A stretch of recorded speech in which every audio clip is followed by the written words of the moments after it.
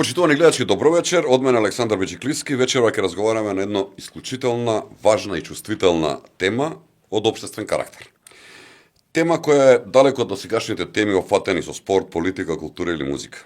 Ќе говориме за пубертетот, за периодот на преобразба од деца во млади луѓе, за односите во семејството, за предизвиците со кои се соочуваат и децата и родителите. За мојот вечерашен гостин, со еден збор би можел да кажам дека професионалец со огромно разбирање, емпатија и љубов кон децата и младите, што се чувствува во незината работа, во незиното дело и во незините јавни настапи. Ми представува чест што вечерва со нас во студиото ја имаме доктор Камилија Симеонова. Добро вечер и добре дојдовте. Добро вечер, благодарам на поканата, благодарам на убавите зборови. Ќе отвориме една тема која што во самата најава кажав, која што сигурно ќе биде многу интересна за целото наше општество и за нас како родители, а и за децата. Вие сте специјалист по детска и адолесцентна психијатрија. Така е. Што буквално ве мотивираше да се посветите токму на оваа работа со деца и млади, а не со возрастни? Така. Ќе бидам искрена и ќе кажам мојата приказна, бидејќи моето прво, да речам, работно искуство беше на клиниката за детска хирургија, каде што за прв пат имав прилика да работам со млади, односно со дечиња.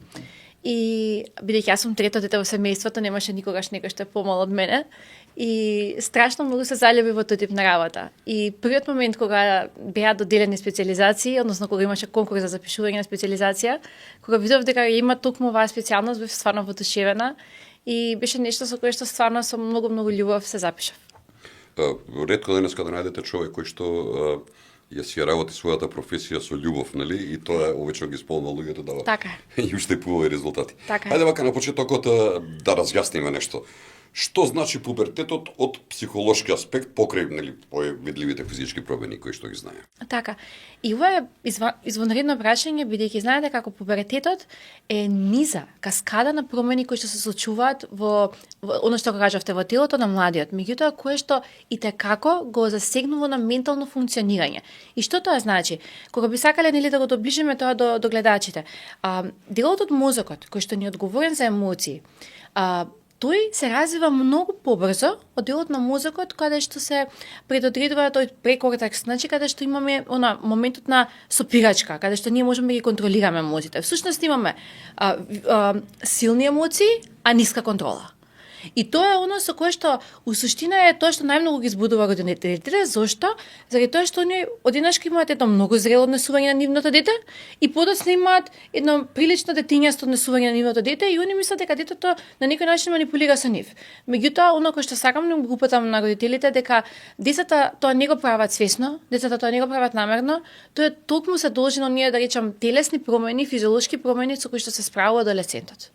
Тоа е многу нормално и природно, би рекле, во тој период. И тоа очекувано, да, и сосем очекувано, така е. Кажете ми колку е пубертетот важен за развојот на една личност како човек, нели воспитувањето си, меѓутоа така.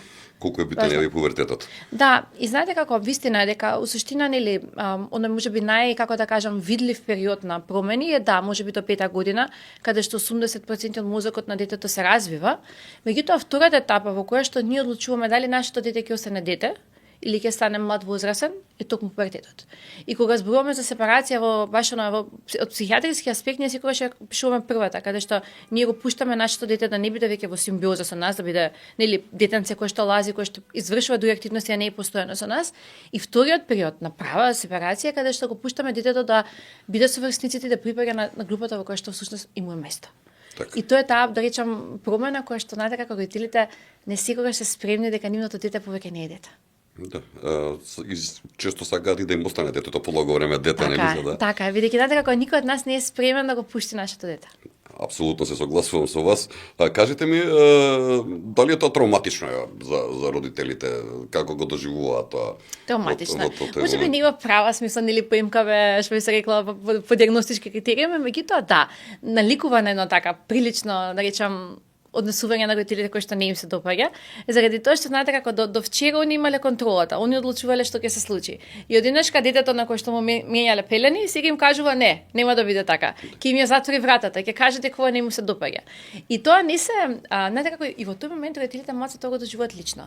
ти мене не ме почитуваш, ти мене не ме сакаш, ти да ме сакаш нема се однесуваш вака со мене. Во суштина, детето на 1000 начини пробува да покаже дека е различно, дека е свое, дека може само. И знаете како, тука е оној момент на преобразба кој што ние како родители треба сме прилично внимателни и да го пуштиме детето. Тоа не се однесувања кои што се наменети да не навреди, туку тоа се развојни однесувања, сосема типични и очекувани. И би рекол да се подсетат сите родители Како во бевме ние. времето кога сме били во тој период. Еве кога збориме за тоа време, има ли разлика во времето од аспект на пубертетот некогаш и денес? Многу. Зошто? Многу. И знаете како, ми се чини дека тука најголема поврзаност има тоа што нашите деца растат во два света. Во виртуелен и во реален. Ние кога сме биле деца сме растеле во еден свет, а тој бил само реалниот. И знаете како, они треба да се допаднат на две места. Ние сме требале да се допаднеме на едно место. Ние сме требале да припаѓаме на едно место. Они треба на две. И нивните задачи се навистина потешки. И наведом делува дека да, они имаат повеќе ресурси, они имаат вештачка интелигенција, они имаат телефони, технологија. И наведом тоа делува дека они би требало да имаат нели полесен период од нашиот.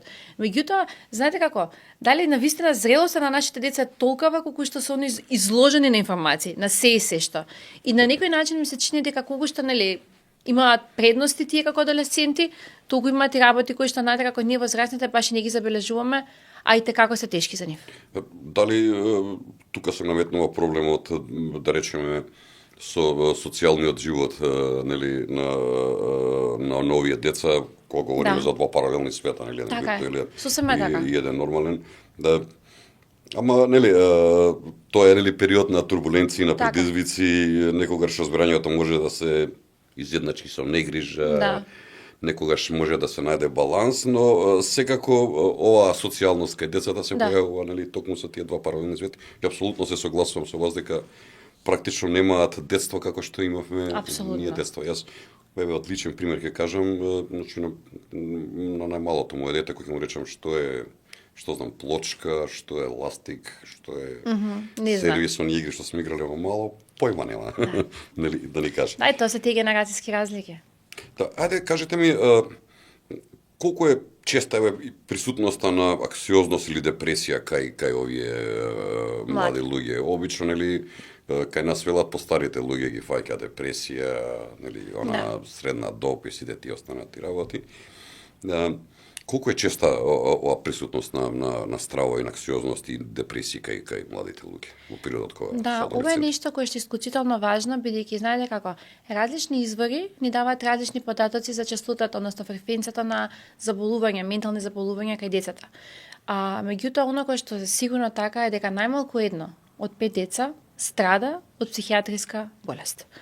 Тоа значи дека у просек, нели, ако во една паралелка, не знам, има 30 деца, ние имаме најмалку 6 деца кои што страдаат од некаков тип на, дали е тоа анксиозност, дали е депресија, дали е обсесивно-компулсивно расстройство или некој друг тип на расстройство, меѓутоа имаат расстройство. И она кое што обично родителите, знаете како они знаат дека тоа е период на транзиција и мислат дека нели, бидејќи е период на транзиција, тоа ќе мине.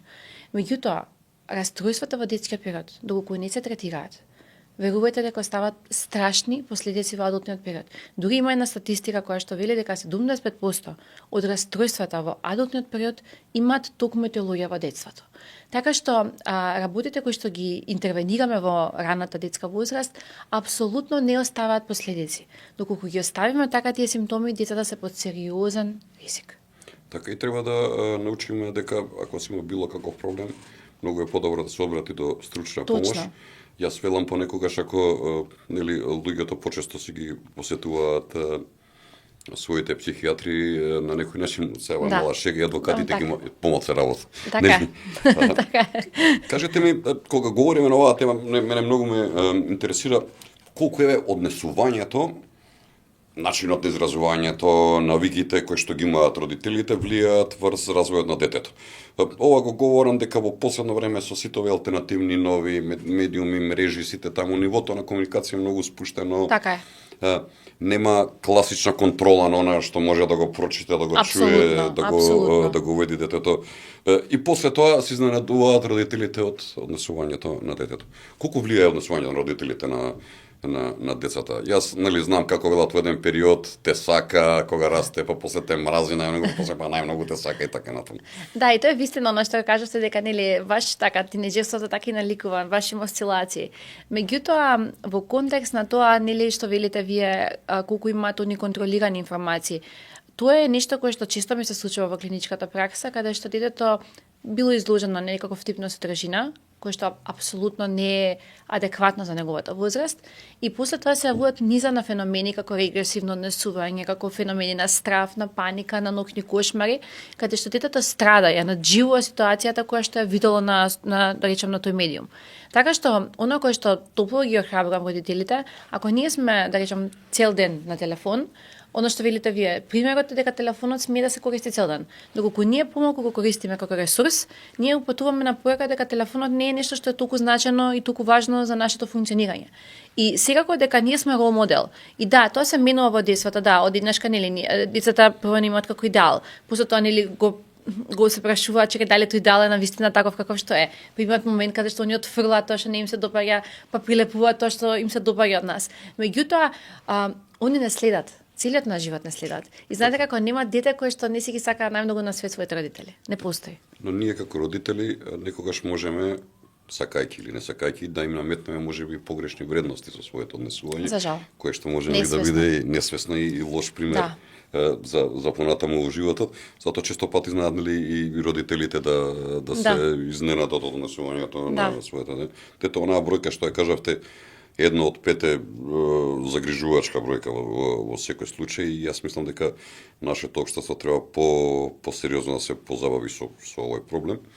Знаете, периодов многу дури држави во светот забранија одредени користење мрежи на помлади луѓе, Австралија, мислам, дури 21 година, мислам дека тоа треба и кај нас да се направи, бидејќи Сигурно, бидејќи знаете како ако нешто забрането, вие немате како да стасате до тоа. Ако нешто е дозволено, многу е лесно да се тоа пробие. Токму така. Небе и во светот се почесто се појавува еден феномен кој што јас не можам да го сватам стручно, вие го велите феномен на самоповредување кај младите луѓе. Што доведува до оваа појава? Што ги тера младите луѓе да се самоповредат? Како родителите можева да го видат, бидејќи може да има нели не дај Боже и ковни последици? Отворивте една прилично значајна тема и е нешто кое што стварно би сакала да го објаснам зашто се случува и зашто е толку често кај младите. Заради тоа што, знаете како, модерното воспитување до некаде ги учи децата дека треба да бидат сакани, почитувани, топли, сето тоа. Меѓутоа, просто како тоа gentle parenting, како ние не успеваме на нашето дете да му покажеме дека и негативните емоции се составен дел од животот. Дека не е секогаш толку сјајно како што нели ние го представуваме оној свет на нашите деца. И они растат можеби во една заштитена средина каде што они не се соочуваат со негативните емоции. И првиот момент кога детето ќе се соочи со негативни емоции, нели кога ќе стапи во тој реален свет со врсниците или со школото или со различни коментари нели од соучениците, децата се чувствуваат дека немаат капацитети да го надживеат, дека немаат капацитети како да направат, како да доживеат оваа болка на поинаков начин. И они имаат една потреба да се ослободат од таа болка. И всушност, она кое што најчесто ни кажува, тој момент на самоповредување кој што е исклучително често кај младите, е дека детето сака да живее, тоа не е порив дека детето сака да си го земе животот, меѓутоа сака да си ги регулира емоциите, не знае како. Бидејќи, знаете како можеби низ текот на животот преку нас тоа дете ги канализирало негативните емоции и сега оно е сепарирано од нас, припаѓа на врсниците и нема ресурс на трансфер. И тоа е ситуацијата зашто не се самоповредуваат. И всушност како е објаснато тоа нели од медицински аспект, бидејќи центарот за болка и центарот за емоции се наоѓаат непосредно еден до друг. И дразнејќи го едниот центар, се дразни другиот центар. И всушност кога ќе се самоповредиме, на тој начин се ослободуваат простагландини, се ослободуваат медиатори кои што прават еден релизинг, едно отпуштање на телото, и всушност како они да се самомедицираат, со начинот кој што се самоповредуваат, се случува физичка болка која што прекинува емоционална болка и они автоматски се чувствуваат успокоено. И она кој што родителите често за жал, како сакајќи да помогнат, прават една поинаква ситуација, ги осудуваат. Како можеш тоа да го правиш? Види колку ти убаво телото. Како можеш да се нанесуваш самата повреди? И Тоа е сакам да погрешно? упатам дека тоа не е начинот. Да го прашате вашето дете како се чувствува. Кој бил тригерот, што поттикнало кај него да се однесува така. Децата се прилично искрени ако ние не сме осудувачки кон нив. И многу често мене ми се случува бидејќи нели јас сум како медиатор меѓу родителите и детето, да знаете како да слушам буквално како преведувач меѓу мајката и детето, бидејќи знаете како едниот ја гледа неговата перспектива, другиот ја гледа својата перспектива и некако како да не може да се видат еден со друг, како да зборуваат на различен јазик. Буквално тоа така изгледа. И затоа им велам чисто на родителите, прашувајте, не осудувајте, прашувајте. Прашањето е секогаш подобар избор од осуда. Дали тоа значи дека родителите кога треба да му се приближат на детето во вакви ситуации или било кои други ситуации околу неговиот развој, треба на овој начин да бидат отворени кон него, искрени, честни во сето тоа што го зборат, за да може да му помогне да се чувствува баш она што го кажувате вие, сигурно и прифатено. Да, и оно кој што често да речем родителите, сакајќи нели да дадат една компарација, да дадат една споредба, грешат во тој процес, бидејќи знаете како често осудуваат. Како можеш да го правиш ти ова сега? Ние на твои години тоа не сме го правеле. И знаете како да, и стварно они не го правеле. Меѓутоа имаме прилична разлика во генерациите. Оно што го кажав и претходно, ние сме имале поинаква задача, ти имаат поинаква задача. И споредувањето на децата не им врши работа. Бидејќи знаете како, ако вие на вашето дете ја уважите болката, ве тргнате по себе, никој да ве уважи вас, да, ова што го чувствуваше навистина тешко. Како можам јас да ти помогнам? Многу подобро звучи него како можеш ова да го направиш? Што ти е сега проблемот? Знаете како, никој не се чувствува комодно тука. А особено што ни се пак ќе кажам заради оној момент на недоразвиен центар за контрола, они се јако сензитивни. И најмала критика кај нив прави една прилично бурна реакција. Така што сакајќи да ги заштитиме нашите деца, знаеме некогаш да направиме белја во тој процес и токму поради тоа ги охрабрувам родителите колку што може да бидат повеќе со разбирање, повеќе со прашања, а помалку со осуда и критика. Но мислите дали се потребни граници за овој проблем кои што ќе бидат онака јасно дефинирани? Дали зошто јас така кажав е нели легитимен одговор на родител кога живее однесувањето, кога не може да го коригира со објаснување и кога се случува, кога се соочува со одредени други проблеми. Потребно ли е, што мислите, граници кои ќе бидат јасно дефинирани за овој проблем, за да знаеме? За се треба граници. И мене кога ме прашате, не постои поидеален воспитен систем од тој каде што има граници и правила. И знаете како многу е лесно еден систем да функционира, кога постојат правила и граници. Детето има предвидлив ден. Знае што да очекува, знае што смее, знае што не сме и не пробува на 1000 начини да си го добие тоа кој што под наводници го сака. А во систем каде што нема идеали, каде што нема вредности, каде што нема правила и граници, детето бара се. И родителот вели, ово ми го бара, како може ми го бара? Може, заради тоа што нема правила и граници во тој систем. И пубертетот дефинитивно не е најдобриот период за воспоставување на граници и правила, се разбереме. Тоа е таква емоционална бура и секој обид еден да поставиме граници тука би било можеби многу по, како да кажам, отфрлачки страна на нашето дете. Меѓутоа, доколку сме го пропуштиле тој процес во раното детство, повторно ќе кажам, никогаш не е доцна, меѓутоа мораме да прифатиме дека кога ние ќе поставиме граници и правила во систем каде што немало, ние на нашето дете му зимаме нешто, а не му даваме нешто за возврат. И очекуваме дека тоа дете ќе биде можеби уште повеќе агресивно, уште повеќе бесно кон нас. Меѓутоа, еднашка за секогаш треба тоа дете да ги научи границите и правилата. И во тие моменти кога ќе биде избувливо, ние да не реагираме, боже што правиш сега, како можеш ова да го правиш, да го почекаме детето да се смири и кога ќе се смири да разговараме со него. И на некој начин тоа можеби ќе наликува како тантрум на еден млад возрасен, што нели ние не го очекуваме на таа возраст, меѓутоа врши работа бидејќи децата ќе научат на тој начин дека нели емоционална контрола е нешто кое што мораме да го имаме. Така, не додиме по нас старата максима кога ќе ве праша детето дали, едноставно да му кажеш зашто ја така кажав и толку. Да, тоа не врши работа. Тоа не е во ред, нели? Тоа суштина не е ни вредносен систем, тоа е некако можеби инверзија на некаков авторитет, бидејќи знаете како правиот авторитет е достапен. Правиот авторитет не е отфрлачки. Тргнете по себе, вие кога би отфрлиле нешто, кога нешто не знаете и не можете, инаку не би го отфрлиле. Апсолутно се согласувам со вас.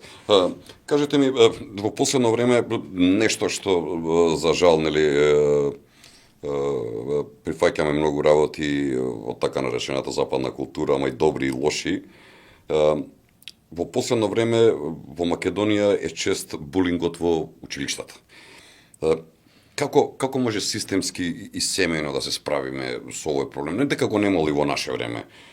но не бил толку агресивен, не бил толку опасен. Јас навистина на неколку пати имам неколку видеоклипови гледано кои што онака се вознемирува. Страшно вознемирувачки. Што мислите, колку е чест булингот во нашите училишта и дали може системски и семејно да барем се справиме со овој проблем колку што се може? Знаете како јас стално велам дека психоедукација е нешто кое што најмногу ни помага на сите. И она што го кажавте вие, можеби конечно е време да се отвориме кон менталното здравје и да сватиме дека знаете како дека нешто ако не гледаме, не значи дека не постои, дека менталното здравје нели ако не го гледаме како екстремитет, тоа не значи дека не постои, дека го немаме. И телото и умот се една неразделлива целина. И колку и да сакаме да пробаме да ги делиме, тоа е едно. И многу она табу тема да се зборува и знаете како ми се чини дека немањето на таа едукација и препознавање на булингот, ние го препознаваме знаете кога детето више ќе има секвели, кога детето веќе е травматизирано и кога веќе детето не функционира и тогаш родителот се доближува до детето, наставникот се доближува до детето, меѓутоа тогаш е доцна бидејќи булингот веќе си ја направил својата работа. И булингот личи на посттравматско стрес расстройство, значи тоа доаѓа со слики, со мирис, со вкус, буквално тоа е нешто што не може детето да го игнорира. Значи не може да ги игнорира тие невредливи зборови или таа физичка тортура која што му е нанеле врсниците. Така што во однос на како да би помогнале, јас и имав една идеја која што ја предложивме, која што најверојатно ќе реализираме со општина Карпаш, да имаме психоедукација на наставниците во овој процес да им објасниме да можат на полесен начин да го препознаат, да речем токсичното однесување на одредени деца, кои што предизвикува секвели нели кај децата кои што навистина не се виновни за тоа. И она кое што нели барем јас додека сум жива ќе го зборувам е дека секогаш ќе објаснувам што е булингот, секогаш ќе зборувам како е. И секој еден стручен во својата област мислам дека е должен јавно, јасно и гласно да зборува. Булингот е вака да го објасниме. Да, знаете како што е булингот? Да, буквално нанесување на штета на сметка ние да добиеме корист, во смисла каква? Нанесување на штета во кој контекст? Сакаме да ја намалиме вашата вредност за да мојата вредност биде поголема. Знаете буквално како замислите јас ве газам од озгоре за да ја бидам повисока. Значи тоа е буквално така, кога би го нели визуелно замислиле. И булингот не е само да јас те удрам, тебе те бутнам и ти да паднеш. Обично знаете тоа е многу видливо и тука наставниците прилично брзо реагираат зашто нели ние гледаме како се ученик бута дете на земја. Меѓутоа, ако га суптилно на пример детето ќе земе да пише, глуп си сега ти, ништо не знаеш, не пишувај, боле не пишувај. Еден ќе му каже, друг ќе му каже на тоа дете. Знаете како? При вас денеска 5 души да ви кажат дека не ве бива, вие ќе мислите дека не ве бива. Да, и тоа е реалноста. Имаше, за жал, морам да се присетам пред некоја година, еден многу непријатен случај, не знам дали се сеќавате во средното училиште Корчагин, кога една детенце си го одземе животот, баш токму од оваа прилика, под постојан булинг што било од други деца, од причини кои што не изгледало нели како другите. Имаат постари родители и така натаму на што го читав. И стварно беше вака загрижувачки тоа што многу сензитивно. И жално. И да, и она кое што навистина не смееме да го игнорираме, дека децата некогаш и немаат стварно капацитети како да се носат со булингот. И такви, да речам, суицидални мисли, идеи и интенции што ги имаат се многу очекувани кога детето постојано живее во еден, како да кажам, во еден црноблак, го демне тој црноблак. И просто не гледа тоа дете светлина. И кога би биле можеби нели ние поотворени, повеќе би разговарале со нашите деца, наставниците би имале нели еден систем кој што би им помогнал. Ми се чини дека би било многу полесно за сите нас. Колку е опасен е булингот за развојот на тоа дете кој ќе порасне? Дали ќе направи лош човек, оној што врши булинг, говорам, и оној нели кој што е под булинг? Какви личности се развиваат тие луѓе? Знаете како, никогаш не можеш да дадеш нешто што немаш. И во принцип насилниците го дава тоа што го имаат. А тоа е начинот на кој што ги воспитувале најверојатно нивните родители. Бидејќи знаете како детето првата социјална средина дефинитивно му е семејниот систем. И детето учи тука се. И обично нели насилни се децата со кои што родителите претходно биле насилни со нив. И така се креира да речеме еден насилник. Оној кој што најчесто му е правено булинг, односно насилство, на било каква дали тоа нели емоционално, физичко, неважно, апсолутно има две хипотези. Или ќе се развие во жртва, која што ќе мисли дека е нормално во животот така да се однесуваат со него, или сакајќи да врати, нели ќе се претвори во истиот човек како што бил насилникот. Доколку тоа не се третира. Доколку булингот се третира, односно било каков тип на травматско искуство дека се третира, личноста си продолжува да се функционира со првобитните капацитети. Така што за тоа велиме колку е важно да се зборува, да се интервенира, заради тоа што последиците кои што ги остава за булингот се апсолутно доживотни ако не биде третиран на време. Така, а колку се отворени еве конкретно граѓаните на Македонија, заедниците кои што живеат во Македонија со овој проблем, познавајќи дека нели сме мултиетничко општество, нели одредени заедници се патриархално воспитани, некој вака некако, некој така, постои ли да различен приод на луѓето за овој проблем во Македонија? Дефинитивно постои и дефинитивно во семејствата каде што се живее со повеќе членови, знаете, имаме повеќе аспекти, имаме повеќе лица кои што живеат во тоа семејство и повеќе различни судови и тука можеби полесно воочува дека нешто се случува. Родителите кои што да речам се сами со своето дете, брз живот, се враќаат доцна од работа, немаат толку капацитети, не го гледаат толку своето дете, многу почесто за жал се случува да ја пропуштат оваа ситуација, бидејќи биле толку многу уморни кога се вратиле од работа, немале време да приметат, а надека како друга во семејството каде што се живее со повеќе членови. Ќе примети бабата, ќе примети дедото, ќе примети вујкото, чичкото, никој ќе примети. А во овие семејства за жал нели може родителот кога ќе се врати веќе детето е заспано и за жал се случуваат големи пропусти. Да, како велат родителите се да воспитуваат, барем во моје време беше така, бабите и дедовците се да галат и да мазат. А тоа дефинитивно, тоа се носи па друга. Точно, таа динамика апсолутно, да. Ние зборуваме нели во контекст на булингот, меѓутоа апсолутно сте во право. Дека нели живејќи во едно, да речам, повеќе генерацијско семејство, носи многу предизвици заради тоа што имаме повеќе различни вредности системи кои што треба ги задоволиме. Детето има сосема различни судови, или она што велите едниот воспитува, другиот гали, и тоа се други, да речам, за жал нели симптоми кои што може да се јават кога дете, бидејќи знаете како децата пробуваат, многу е тоа интересно да не задоволат нас, значи нашите потреби, да не видат дека ние сме среќни поради нив. И многу е интересно бидејќи знаете како бабата има еден став, дедото друг, мајката трет, таткото четврти. И ова дете треба просто на 4 различни начини се однесува, за да може 4 различни страни да задоволи. И тоа е прилично терет за младите. Така што и ова семејство носи нели па други ризици. Да, поготово на познатото прашање како беше на времето, кого сакаш повеќе, баба или дедо? Да, или баба или тата. Ајде, кажете ми, во вашата работа, што е подоминантно? Фармаколошката терапија или психолошката подршка преку разговор со детето во пубертет и неговото семејство? Дефинитивно е психолошката и дефинитивно за тоа можеби толку често имам и јавни настапи, за тоа можеби толку сум посветена на оваа тема, заради тоа што сакам да долувам до родителите дека психијатар не значи лудило. Не значи дека вашето дете треба да биде под наводници или како што велат луѓето дека треба да си нели ненормален за да отидеш на психијатар. Напротив, јас и како помагам со помош на психотерапија. И она кое што некогаш во одредени случаи се одлучувам за фармакотерапија е во исклучителни ситуации кога станува збор за ризик на младиот човек, каде што станува ризик нели за таа агресија која што постои дека може да го загрози функционирањето на самото дете и на другите деца околу себе. Така што фармакотерапија дефинитивно ми е она последната карика кога ми се чини дека сите снаги ми се други исцрпени. Меѓутоа со психотерапија е нешто кое што знаете како децата имаат страшен неуропластицитет. Значи мозокот и како им трпи промени. И греото во овој период вие да ги третирате фармаколошки кога со вербални интервенции вие правите промена во тој мозок. Така што тоа истото важи за родителите. Ние имаме страшна моќ врз нашите деца. Колку и да не сме свесни во тие моменти. Така и психолошки делува, како велат, ако почнеш на помлади години да користиш одредени нели медикаменти, кога ќе станеш подоцна, кажеш чекај, тука медикаментот ќе ми помогне. Нема на ваков начин. Останува снага, да, останува буквално снага наместо да нели да е хендикеп, само на некој начин под наводници снага на личноста, точно.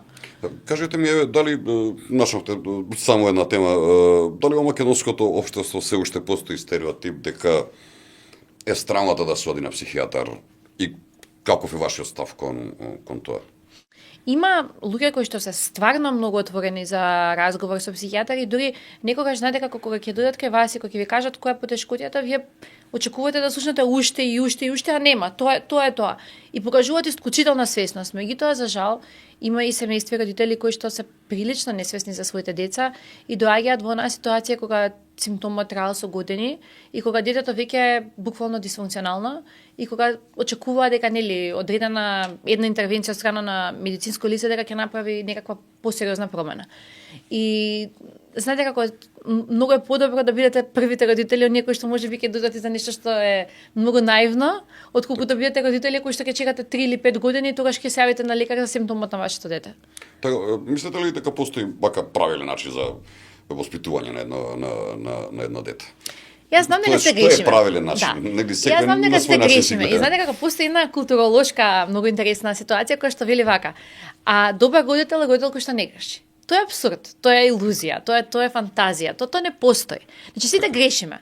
Знаете како човечки да се греши. На крајот од денот ние сме луѓе, нели? Не сме семокни. Само един е безгрешен, како Така Господ, е, нели? точно. Да. И тоа е моментот каде што ние и како треба да бидеме свесни дека родителството не значи добро родителство, безгрешно родителство. Не, добро родителство значи родителство кое што има правила и граници, каде што точно се знае кој е родител, кој е дете. Бидејќи многу често во модерните семејства вие гледате парентификација на детето. Детето мата да има како родител на родителите и он одлучува што ќе се прави во тоа семејство, делегира мок и тоа може да на 4 години да се случи, на 5 години на детето.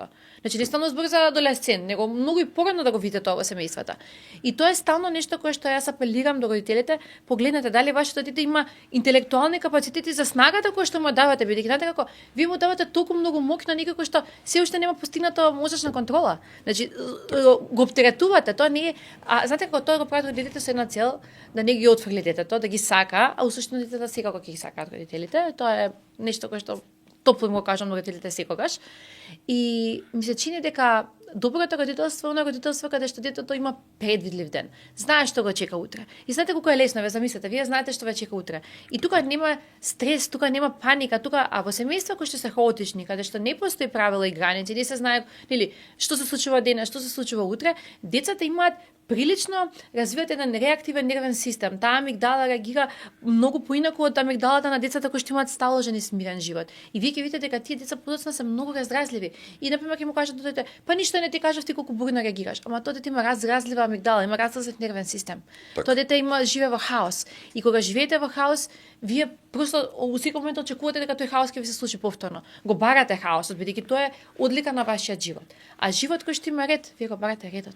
Да, и тој човек кога ќе порасне, нели, ќе има свои работни навики, ќе Да. има односи кон училиштето Така е. и кон Така е. помозрастните и кон ќе биде една воспитана нели личност. Да. Сакал да ве прашам нешто, мене многу интересно ми беше, што деновиве го следев на медиумите, издадовте водич за родители под наслов Оригами. Овој прирачник е составен од практични или примери кои имаат цел да ги насочуваат родителите кон најдобри решенија. Накратко, комплексноста на воспитувањето е едноставно објаснато, нели? Да.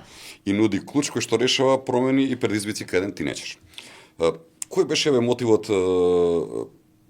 да го направите ова дело, кој е исто прифатено и од самите родители и тинеџери, кој што јас овој го кажувам дека прифатено и од родителите и од тинеџерите по оние реакции кои што ги гледав на вашите јавни настапи. Кои реакции вие најчесто ги добивте прво нели за ова дело кое што го направивте? Што ве натера пред да го договориме на ова прашање да го создадете Оригами? Така, ќе бидам искрена со вас. Оно кое што може би најсилен порив беше е и моментот што кога работев со, и тоа нели секојдневно со родителите со децата, јас гледам дека родителите многу често реагираат ултра бурно на нивните деца. И обично тука лежи еден адолесцент, тоа е самите тие кога биле млади, кој што не ги разрешил своите фрустрации и кој што ги наметнува на своето дете. Односно, оно кое што ми беше забранувано на мене, јас морам ти го забранам. Иако дел од мојата личност се прашува дали јас требало тебе да ти го забранам. Ама мене ми беше забрането. Да парафразирам народски, она што ја не можев да го направам, сега сине ти ќе видиш. Да, сега ти ќе видиш. Или ти ќе видиш, точно, да. Или корекција или реплика, да, точно, баш така. И знаете како тука има многу неразрешени работи и многу од родителите ми кажа, па ова не е само за тинеџери оваа книга, па не е ова само за тинеџери, дека се што пишува. И во суштина баш опфатив тема, например психодинамски, што значи тоа однесување наше за нашето дете? Што значи однесувањето на нашето дете за него? како изгледа кога ние го осудуваме, како изгледа кога ние му даруваме поинаков тип на вербализација, во смисла му даваме поинаков одговор, поинакво прашање од тоа што можеме претходно. И буквално им дадов на родителите практични примери каде што може да видат, да препознаат и знаете како некои однесувања кои што за жал не се свесни дека се нели во тој момент погрешни за адолесцентот, за жал се погрешни. И повторно ќе кажам, кога би размислиле за нашата младост, за оно кој што ние сме го поменувале, ќе видите дека лежи многу одговори кои што знаете како не сме биле свесни, а суптилно сме ги пренесувале на нашите деца. Бидејќи знаете како поривот нашата болка, ураното детство, ние ја носиме низ целиот наш живот. И нашиот адолесцент, да знаете, се шета секогаш со нас. Тој живее тука со нас. И секој си го носи детето. Значи секој си го носи еден детето во себе. И знаете дали некој ќе прифати или не, тоа е знак на прашање. Меѓутоа, секој на животот си го носи своето дете со себе. Нормално е тоа? Сосема нормално. Сосема нормално бидејќи најдлабоките емоции, најдлабоките искуства, првите искуства се во детството. И еве, вас може да ве прашам кај бевте лани на одмор да забравите, ама да ве прашам каде бевте на одмор со вашите родители пред не знам колку години, вие ќе знаете. Заради тоа што до детал, точно, заради тоа што знаете како повторно ради тој невропластицитет на децата. Децата имаат страшни капацитети, страшни перформанси. И затоа е многу важно ние тука да сме дарежливи, а не да сме осудувачки, заради тоа што ќе направиме многу за нашите деца. Да, со оглед на тоа дека огромна генерација на луѓе на овие простори по изминативе 3-40 години живеа многу турбулентни времења, турбулентни нели случувања се случува, кој што ова се случува и како нуспојава различни луѓе и различни карактери. Што мислите, дали има потреба државата Република Македонија повеќе да обрне внимание на овој проблем кој што се појавува со младите луѓе? Дали е потребна да речеме една вие лично тргнавте со приказната со оригами, нели? Која што веќе доби јавност. Дали е потребно и државата да помогне во целата таа работа, едукативно, со спотови, со луѓе, со овакви дела како што се прават, кои што, нели, на крајот на криштата, ако имате вие нормални деца со нормален развој во пубертетот, ќе имате здрава нација. Знаеме дека сме талентирана нација ние македонците, јас тоа секогаш го кажувам интелектуално, меѓутоа малку треба можеме нели да поработиме на себе. Што мислите? Знаете како, апсолутно се согласувам со вас дека младите се нашата иднина. И знаете многу интересно дека со раѓањето на еден човечки живот вие имате раѓање на неколку генерации. Вашата ќерка утре ќе биде мајка, ќе биде баба, ќе биде прабаба. Така што знаете како инвестирајќи во вашето дете вие инвестирате во најмалку 3 следни генерации. И кога ќе видите ствари колкава инвестиција вие правите, тоа е огромна инвестиција. И кога би размислувале на ваков начин дека децата не се, бидејќи знаете како многу е интересно тоа што возрастните само ги осудуваат младите, вакви биле, такви биле, онакви биле. Да, супер, да, они се различни од нас. Меѓутоа зошто се различни? Дали сме се прашале некогаш? Нашите родители се враќале во 14 часот од работа и никој повеќе не ги барал. Домашен телефон постоел евентуално ако ги побара некој. Сега нашите родители се постојано под притисок, ги бараат у пола ноќ. И знаете како, буквално како сега телефоните не се на жица, ама човекот е на жица. А порано беше обратно, нели телефонот беше точно на жица. И нашите деца растат, повторно ќе кажам, во многу различен вредносен систем и ние како возрасти не треба тоа цело го потенцираме како негативно, туку да најдеме снаги да инвестираме во менталното здравје на младите, со кои што ќе креираме здрави генерации кои што се функционални и така ќе имаме функционално општество. Така, кажете ми, да се вратам пак на оригами, многу интересна приказна, ми вака морам да кажам, каде може да го имаме овој водич? Се продавали негде, се давали негде, го имали негде. Така. Каде? Го има електронски на книга МК, значи тоа може онлайн да се набави од таму, а го има во продавниците на 3, во нивните нели неколку продавници низ градот, каде што нели во Скопје каде што може да ги земат пријачникот. На кого повеќе би го препорачале, на родителите или на децата да го прочитаат? И да бидам искрена, би го дала на двете категории и кога доаѓаат тие што нели ме познаваат и кои што доаѓаат кај мене на третман, им го давам прерачникот, токму заради тоа бидејќи сметам дека и детето треба да ја види, бидејќи знаете како веќе кажам само еден пластичен пример за да може и гледачите ме разберат подобро. Детето не оди на школа. Не оди. Не сака да оди. И родителот има следна слика пред себе. Неговото дете станува просјак. А детето не оди во школа и детето има една идеја. Дека е мангуп. И кога детето ќе прочита перспективата на родителот, дека да, мојата мајка за тоа волку ме притиска или мојот татко волку ме притиска, бидејќи они се соживуваат дека ќе станам утре просер, дека ќе немам што да јадам. Апсолутно детето би ја видело неодењето на училиште малце на поинаков начин. А обично што се случува во овие семејства? Детето не ја гледа перспективата на родителот, родителот не ја гледа перспективата на детето. Како можеш вака да не одиш? Зошто не го правиш ова? Кој те прашува дали смееш? Ти можеш да одиш на школа. Не ми кажува ти на мене да одам на школа. И буквално тоа се тие да речам, нели, бидејќи јас работам со овие семејства и така го знам, го разбирам сето тоа и таа динамика. И ми се чини дека тука од помош на двете страни, затоа не е лошо да, нели, двете страни да го прочитаат прирачникот, бидејќи знаете како, на крајот од денот тоа е за ментално здравје. Тоа е нешто, тоа е ментална храна.